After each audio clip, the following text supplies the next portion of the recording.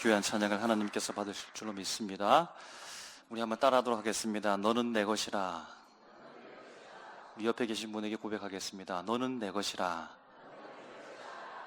여러분, 옆에 있는 분에게 너는 내 것이라고 해서 그분이 내 소유가 아니고 누구죠? 나는 하나님의 소유인 줄로 믿습니다. 주님의 말씀입니다. 주님께서 우리를 향해서 너는 내 것이라. 우리 서로는 함께 관계 속에서 살아가지만 우리의 소유 되신 분, 주인은 하나님이라는 겁니다. 하나님께서 너는 내 것이라고 말씀하니까 결코 우리는 혼자 된 적이 없으며 혼자 되지 않을 것이고 혼자 내버려 두지 않을 줄로 믿습니다.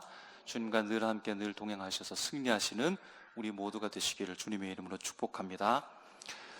여러분, 완벽한 신앙이 있습니까? 온전한 신앙이 있습니까? 여러분 어떻습니까? 나는 완벽한 신앙으로 살아간다. 내 신앙은 굉장히 완성되어졌고 온전하다. 여러분 그렇게 생각하십니까? 완벽한 신앙, 온전한 신앙은 어떤 모습일까요? 여러분 아마 결코 흔들리지 않는 신앙이라고 정의할 수 있지 않을까요?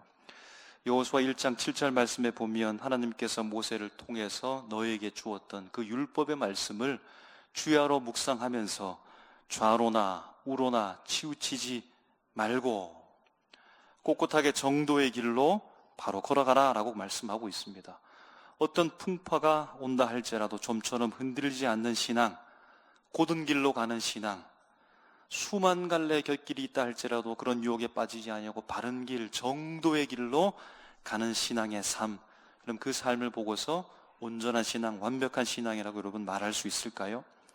그럼 성경의 역사와 신앙의 역사를 보면서 이런 그런 인생을 살아갔던, 곧 흔들리지 않고 좌우로 치우치지 않으며 묵묵히 바른 길로 갔던 위대한 사람들이 참으로 많이 있을 것 같습니다. 그럼 다니엘을 알고 계시죠? 나라를 잃고서 바벨론으로 포로로 끌려갔는데 그런 극단적인 환경 속에서 뜻을 정해서 왕궁에서 편하게 산다라고 하는 것, 고기를 먹고 편하게 산다라고 하는 그 유혹을 떨쳐버리고 왕의 진미를 먹지 않겠노라고 하는, 자신을 더럽히지 않겠노라고 하는 결단 속에서 시작했습니다. 나이가 들어서 총리가 되었을 때에도 그는 여전히 하나님께 기도하는 사람이었습니다. 모자람이 없음에도 불구하고 계속해서 기도했습니다.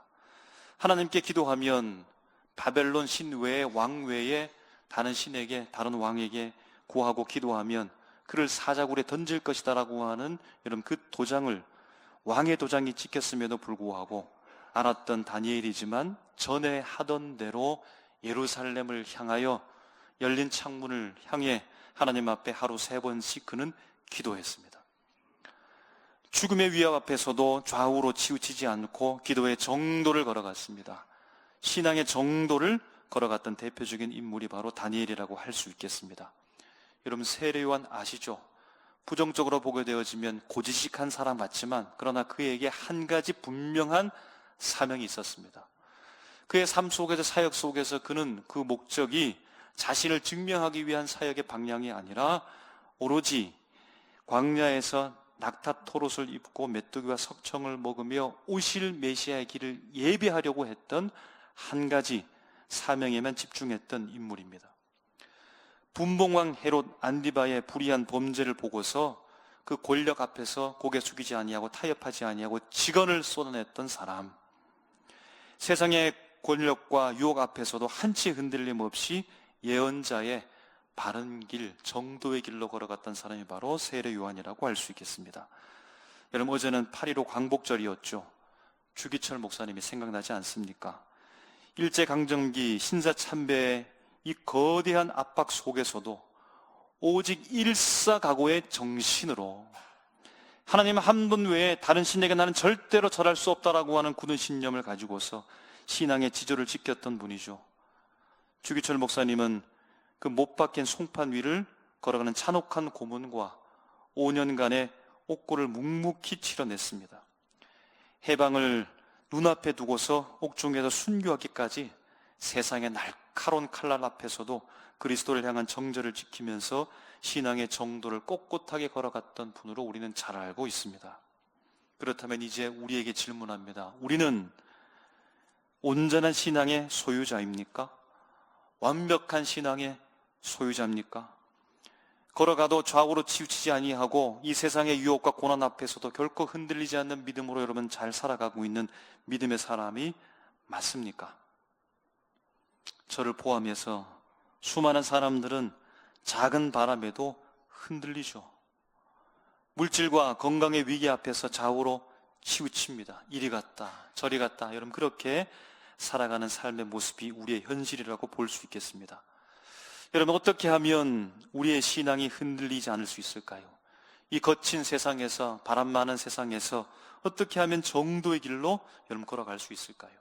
오늘 우리가 읽었던 마태복음 14장의 말씀을 통해서 주님께서 우리에게 오라 하시는 그 정도의 길로 향하여 갔으면 좋겠습니다. 읽었던 본문 직전의 사건을 우리가 잘 알고 있는 베세다 광야에서 남자만 5,000명을 먹이신 오병이어의 기적을 예수님께서 베푸셨습니다. 보리떡 5개와 물고기 2마리를 가지고서 빈들에 있는 허기진 사람들 다 먹이셨습니다. 여러분 그런 직후에 오늘 말씀에 보게 되어지면 예수님께서 급히 무언가 다른 곳으로 이동하게 됩니다. 여유를 가지셔도 될 텐데 그런데 오늘 본문에서 나타나지 않았지만 요한복음에서 확인해 보게 되어지면 오병이어 기적 이후에 무리들이 예수님을 억지로 임금 삼으려고 합니다. 예수님께서 그 수많은 인기에 부합하면서 한 번쯤 인기에 부합해서 왕이 될 법도 한데 예수님께서는 철저히 거부하죠.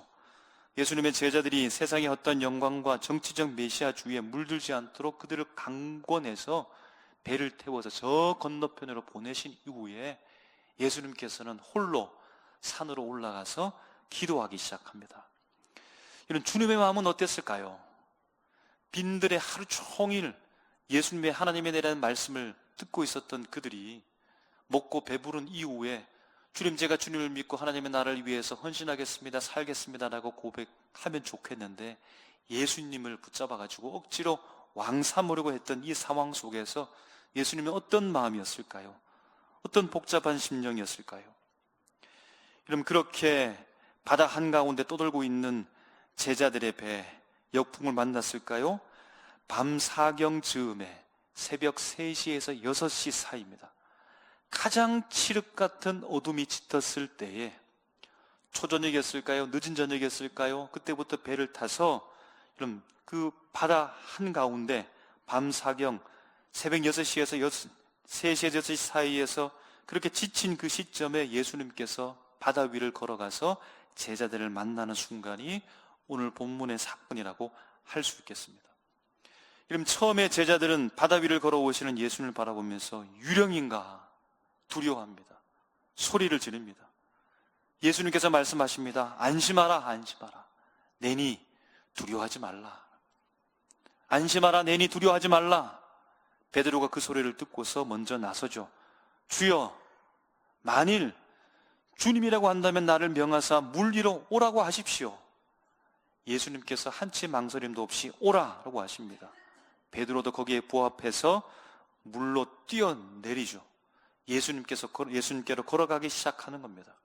여러분 그런데 우리가 잘 알고 있는 대로 잘 걸어가던 베드로, 정도로 걸어가던 베드로, 곁길로 가지 아니하고 예수님께로 곧장 가더는 베드로, 그런데 이내 불어오는 바람과 파도를 바라보면서 무서워하고 덜컥 겁이 나서 그 순간 물속으로 빠져가기 시작하는 장면입니다. 여러분 왜 베드로는 물에 빠지고 말았을까요? 여러분 왜 베드로는 잘 걸어가고 있었는데 왜 빠졌을까요? 그는 실패한 인생일까요? 그는 망쳐버린 인생을 살고 있는 겁니까? 하나님의 말씀의 명령에 어긋난 행동을 하고 있는 겁니까? 물론 결론을 보게 되어지면 실패한 것처럼 보일 수 있겠지만 여러분 그럼에도 불구하고 그의 평가는 공정해야겠죠. 그는 무엇을 잘했고 무엇을 못했을까요? 베드로가 잘한 것은 무엇일까요? 여러분 베드로가 잘한 것은 아마 용기 있는 행동이 아니겠습니까? 풍랑치는 여러분 바다로 뛰어들 수 있는 용기 있는 사람 몇이나 되겠습니까? 용기가 별거 아니라고요? 여러분 용기가 있고 없고의 차이점이 얼마나 클까요? 여러분 용감한 사람은 실패할 위험이 있겠지만 그러나 배 안전지대를 벗어나서 발을 내딛는 순간 기적을 경험하게 되었다는 것이죠. 여러분 그러나 용기를 가지고 있지 않는 사람은 나머지 11 제자죠, 안전해 보이는 그 배 안에서 그저 두려워 벌벌벌 떨고 있는 구경꾼에 불과하고 말았다는 겁니다. 이런 베드로가 잘한 점은 무엇입니까? 순종을 잘했다고 볼 수 있습니다. 이런 순종하는데 순종이 무엇입니까? 이런 순종이라고 하는 것은 내 상식과 경험을 내려놓고 내 앞에 내게 말하고 있는 자를 권위자로 인정하며 그 권위자의 명령에 따라 내가 행동하는 것, 이런 그것을 순종이라고 하는 겁니다. 여러분, 그러므로 어부 출신은 베드로에게 있어서 상식과 그의 경험은 무엇이었을까요? 배에서 뛰어내리면 안 되는 겁니다. 배 안에 있어야 되는 것이 어부 출신으로서의 기본 상식과 경험의 내용인 겁니다. 여러분, 그런데 그는 어부 출신이며 그가 가지고 있었던 배 안에 이 상식과 경험을 내려놓고 바다로 뛰어드는 겁니다. 그럼 결코 빠지지 않고 버텨야 하는 곳, 배 안이 아니라 바다로 뛰어내리는 이 순종을 함으로 말미암아 그는 인간의 한계를 벗어나게 된 겁니다. 배 안에 있었으면 그가 생각하는 것, 거기에서 하는 모든 행동들, 경험들, 지금까지 겪어왔던 모든 것에 벗어나지 않는 범위 내에서 그는 살았겠지만, 그러나 예수의 말씀에 순종함으로 말미암아 물로 뛰어내렸을 때 새로운 지평, 영적 지평을 경험하게 되었다는 겁니다. 그러나 순종이 없으면 늘 인간의 계산이 우선되는 겁니다. 늘 인간의 상식이 우선되는 겁니다. 그러면서 배 안에 갇혀서 한 걸음도 전전하지 못하는 상황에 놓이게 되는 거죠. 마지막으로 베드로가 잘했던 것은 무엇일까요? 예수 그리스도의 말씀에 의지했다라고 하는 거죠. 말씀에 의지하는 신앙이었다는 겁니다. 여러분, 무엇에 의지하며 살아가고 있습니까? 여러분을 이끌고 있는 것은 무엇입니까? 여러분, 무엇에 기대어 살아가고 있습니까? 말씀에 의지하는 신앙은 초자연적 신의 권능 가운데 참여하게 됩니다. 반면에 말씀에 의지하지 않고 내 감정을 붙들고 있는 사람, 내 신앙적 열정만 붙들고 있는 사람, 내 신앙에 의지하고 있는 사람, 내 삶에 의지하고 있는 사람은 여러분, 내가 개선할 때 될 것 같지만, 할 수 있을 것 같지만, 괜찮을 것 같지만, 그러나 내 생각과는 다르게 무너지게 되죠. 넘어지게 되죠. 그 배는 부서지게 된다는 겁니다. 여러분, 그러면 베드로가 잘못했던 것, 그에게 부족했던 점은 무엇일까요? 여러분, 그에게는 끈기가 부족했던 것처럼 보입니다. 시작은 잘했습니다. 시작한 일을 끝까지 밀고 나가는 이 지구력이 부족했다라고 하는 겁니다. 처음에는 멋지게 시작했습니다. 바다로 뛰어내렸습니다. 그러나 지속하지 못했다라는 겁니다. 영적 끈기가 있으면 풍랑이 계속되어도 목적지인 예수님께로 향하여서 주님께 도달할 수 있었을 텐데, 끈기가 없으니까 은혜의 초반에는 뜨겁다가 양은 냄비가 바라락 끓어오르다가 금방 이런 식어버리는 그런 처지에 처하고 말았다는 겁니다. 베드로는 유혹에 약했던 것처럼 보입니다. 시선이 분산되었다는 겁니다. 바로 곧장 도덕적 타락으로 말하는 것이 아니라 예수님 아닌 다른 환경 가운데 시선을 빼앗겼다는 겁니다. 바람에, 파도 소리에, 그의 청각과 시각적 위협 가운데 한눈을 팔아버리자 그 유혹을 이기지 못하고 환경 너머에 계신 주님을 끝까지 바라보지 못한 채 유혹에 넘어가서 이 바람의 현실에 물속으로 빠져들고 말았다는 겁니다. 이런 베드로에게 부족한 마지막 점은 무엇일까요? 평정심이 약하지 않았을까요? 영적으로 안정감을 가지고 있는 분 계시죠? 어떤 풍랑이 와도 어떤 소리를 들어도 늘 평정심을 유지하는 사람, 쉽게 흥분하지 않고 그 늘 안정된 마음을 가지고 있는 사람, 그 사람이 평정심을 가졌다라고 볼 수 있습니다. 영적 평정심이 있으면 풍랑 속에서도 주님의 음성에 집중했을 텐데, 이런 베드로는 그 평정심을 잃고 엄습해오는 두려움 가운데 이성적인 판단과 신앙적 감각이 마비되어져서 결국에는 영적 침체 바닷속으로 빠져들고 말았다라는 겁니다. 여러분, 이처럼 베드로에게 부족한 점들이 보이고 그래도 잘했던 점도 보입니다. 그는 끈기가 부족했지요. 평정심이 약했지요. 그 모든 것들이 원인처럼 보이는데 더 중요한 것은 주님께서는 베드로의 행동에 대해서 어떻게 평가하시냐에 주목해야 될 겁니다. 31절에 보면 예수님께서 물에 빠져가는 베드로를 향해 손을 내밀어 그를 잡아 올리면서 하시는 말씀, 믿음이 작은 자요, 왜 의심하였느냐? 믿음이 적은 자, 믿음이 작은 자, 올리고파스토스. 여러분, 이것은 믿음의 분량보다 오늘 말씀의 용례상 결정적 순간에 하나님을 전적으로 신뢰하지 못하는 태도라고 이렇게 주석합니다. 베드로는 믿음이 완전히 없었던 제로 상태가 아니고 믿음이 있기는 했으나 하나님을 전적으로 붙드는 예수의 신성과 그의 능력에 온전히 신뢰하는 데까지 이르지 못하는 비성숙한 믿음의 분량 가운데 있었다라고 하는 것을 예수님께서 꼬집어 말씀하고 있다는 겁니다. 주님이 말씀하죠. 의심하였느냐? 디스타사스. 여러분, 이것은 디스타조 숫자 2, 둘을 말하는 의미가 포함되어져 있는 겁니다. 여러분, 그러니까 의심의 본질이 무엇입니까? 두 개라는 거예요. 갈라진 거라는 겁니다. 마음이 갈라진 상태를 의심이라고 하는 겁니다. 여러분, 그러니까 주님이 보실 때 베드로의 진짜 결정적 문제는 그의 성격적 결함에 있었던 것이 아니고 그의 마음에 나를 오라고 하시는 그 예수 그리스도와 나를 집어 삼킬 것 같은 그 거센 파도, 바람 사이에 있었다는 것이 문제인 겁니다. 그의 마음 가운데 두 개의 현실이 존재한다라고 하는 것이 진짜 문제였다는 겁니다. 그럼 그러니까 시선은 갈라지게 되죠. 신적 현실이 닫히고 자연의 법칙, 중력의 법칙이 그를 지배하면서 빠지게 되었다. 이렇게 우리가 볼 수 있겠습니다. 그럼 주님의 분석을 들으면서 우리가 직관적으로 이런 결론을 내릴 겁니다. 아, 나는 그러지 말아야지. 나는 두 마음이 아니라 나는 한 마음을 품어야지. 아, 자꾸만 마음이 갈라지는 것, 그것을 보고 믿음이 작다라고 하는 거구나. 믿음이 크다라고 하는 것은 다른 것이 아니라 한 마음을 가지는 것이구나. 아, 나는 한 마음을 가져야지. 그래서 큰 믿음의 소유자가 돼야지 라고 여러분 그렇게 생각할 겁니다. 여러분, 그렇다면 다시 질문해 봅니다. 과연 우리가 그 부족한 부분, 갈라진 두 마음을 하나로 엮어서 한 마음으로 묶고 작았던 우리의 믿음을 채워서 열심히 훈련해서 부족했던 우리의 믿음을 꽉 채워 100%의 믿음에 달한다고 하면 정말 우리는 저 차가운 물리를 예수님처럼 유유히 걸어갈 수가 있을까요?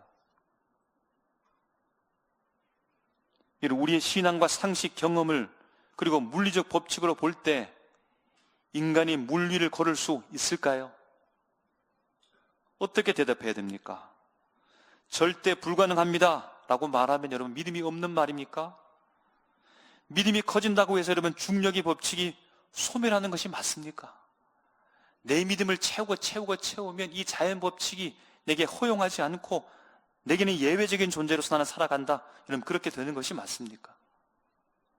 만약 우리가 결단해서 이번에 40일 금식기를 한다면 그리고 마지막 39일이 지나서 40일째 되는 날에 저 깊은 바다 낙동강으로 가서 금호강으로 가서 여러분 우리가 걷는다면 예수님처럼 그렇게 걸을 수 있을까요? 내가 밤새워 수백 시간 동안 연속해서 주님 앞에 기도하고 예배를 드린다면 내가 결단해서 정말 주님 앞에 온전하게 예배를 드린다면 그 시간이 끊임없이 채워져서 마침내 우리 마음이 가득 찼을 때 저 물가로 가면 그래서 걸으면 예수님처럼 유유하게 여러분 걸을 수 있을까요? 하나님 앞에 전심으로 내가 찬양을 한다면 열심으로 찬양한다면 온 마음으로 내 전인으로 찬양한다면 내 전인격을 다해서 주님 앞에 온전히 송두리째 영광을 주님 앞에 올려드리는 진짜 아름다운 찬양을 드린다면 내 가슴에는 예수가 온전히 채워지고 진짜 큰 믿음이 소유하게 되어져서 저 낙동강으로 가서 우리는 그 강을 유유히 예수님처럼 여러분 건널 수 있을까요? 답은 아니오가 맞습니까, 여러분? 결코 불가능합니다라고 하는 답이 맞습니까? 그런데 우리 마음에 불편합니다. 그렇게 말해서는 안 되는데, 그렇게 고백해서는 안 되는데, 여러분 인간은 아무리 위대한 종교적 행위, 작정 기도를 하고 금식을 한다 할지라도 그러니까 높은 종교적 벽을 쌓아 올린다 할지라도 스스로 물 위를 걸을 수 있는 신적 존재가 될 수 없다는 이 사실이 현실인데 왠지 우리 마음속에는 그렇게 고백하면 믿음이 없는 것처럼 생각되어진다는 겁니다. 그러나 엄연한 현실은요, 인간의 본질은 흙입니다. 인간은 물에 빠질 수밖에 없는 유한한 육체일 뿐이라는 겁니다. 그럼 여기서 가장 핵심적인 질문이 나타나는 겁니다. 그런데 베드로는 물을 걸었다는, 비록 중간에 실패했지만, 빠지긴 했지만 그는 물 위를 걸었다는, 단 몇 걸음이라도 걸었다는, 그는 분명히 물 위를 걸었다는 겁니다. 아니, 인간에게는 원천적으로 불가능한데 도대체 어떻게 베드로는 물 위를 걸을 수 있었을까요? 그 몇 걸음의 기적은 어떻게 여러분 가능했던 것일까요?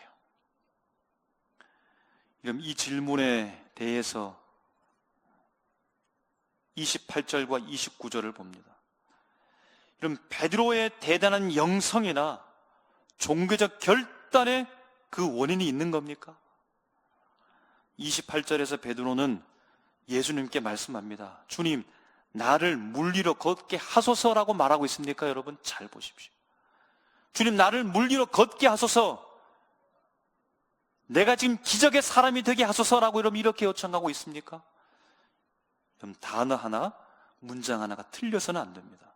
나를 명하사 물 위로 오라 하소서. 나를 명하사 물 위로 오라 하소서. 무슨 차이가 있는 거죠? 베드로는 지금 그 기적 자체를 구한 것이 아니고, 그가 신앙이 굉장히 높은 수준에 도달했다라고 말하지 못한다 할지라도 적어도 지금 이 순간만은 그를 압도하고 있는 기적의 사람, 그 예수 그리스도가 그 앞에 물 위를 걷고 있는 주님을 바라보면서 그가 고백하고 있는 이 진실한 바는, 물 위를 걸어오시는 바로 주님께 나를 명하사 물 위로 오라 하소서라고 하는 주님의 영역으로 주여 저를 초대해 주십시오, 주의 영역으로 제가 들어가길 원합니다라고 그건 지금 고백하고 있다는 겁니다. 기적의 주도권이 자신이 아니고 주님께 있음을 그는 본능적으로 지금 고백하면서 하나님을 향한, 예수님을 향하여서 요청하고 있다는 겁니다. 주님이 기적 한 부분을 뚝 떼어가지고 예수님께서 중력의 법칙을 거스르는 그 상황 속에 그 능력을 저에게 조금 나누어 줘서 제가 그 능력을 누리면서 기적의 사람으로 살아갈 수 있도록 해달라고 주님 앞에 고백하고 있는 것이 아니라, 주님께서 지금 시작하시는 그 기적의 영역 속으로 저를 초대해 달라고 주님 앞에 구하고 있다는 겁니다. 그리고 예수님께서 29절에 말씀하죠. 베드로가 물 위를 잠시라도 걸을 수 있었던 유일한 원인, 결정적 원인이 나타났는데 바로 예수님께서 오라 하시는 겁니다. 오라라고 말씀하는 겁니다. 여러분, 베드로가 디딘 것은 출렁이는 바다 물결이 아니라 말씀을 디딘 거죠. 말씀의 반석을 디딘 거죠. 그의 말씀이라고 하는 눈에 보이지 않는 견고한 반석을 디디면서 걸어가고 있었던 거죠. 그러므로 기적의 원인은 베드로의 믿음에 있었던 것이 아니고 베드로가 의지했던 예수 말씀의 권능이 있었다는 겁니다. 그의 요청 앞에 우리가 바라보는 신앙의 해답은, 우리가 계속해서 노력하고 우리가 정진하면서 우리가 최선을 다해 주님께서 허락하신 그 모든 종교적 행위를 다 채무로 말미암아 우리가 기적의 사람이 되기 위한 것이 우리 인생의 목표가 아니라, 예수 그리스도께서 임하시고 예수 그리스도께서 그의 뜻대로 행하시는 그 삶의 영역 속으로 들어가는 것이 신앙의 목표요, 신앙의 비전이라는 거예요. 그것이 주님의 뜻대로 하시옵소서라고 하는 말입니다. 그 속에는 물 위를 걷는 것도 있기도 하고 기적의 역사가 있기도 하고, 그러나 한 가지 또 한 가지 실패도 동시에 있다는 사실입니다. 우리가 물 위를 걸을 수 있는 원인이 우리 인간에는 단 1%도 존재하지 않습니다, 여러분. 원인은 오직 풍랑을 밟으시는 창조주 예수님께만 있는 줄 믿습니다. 여러분, 동시에 우리는 언제든 바람을 보면 물에 빠질 수밖에 없는 그 한계와 연약함을 지닌 실존의 사실을 알아야 됩니다.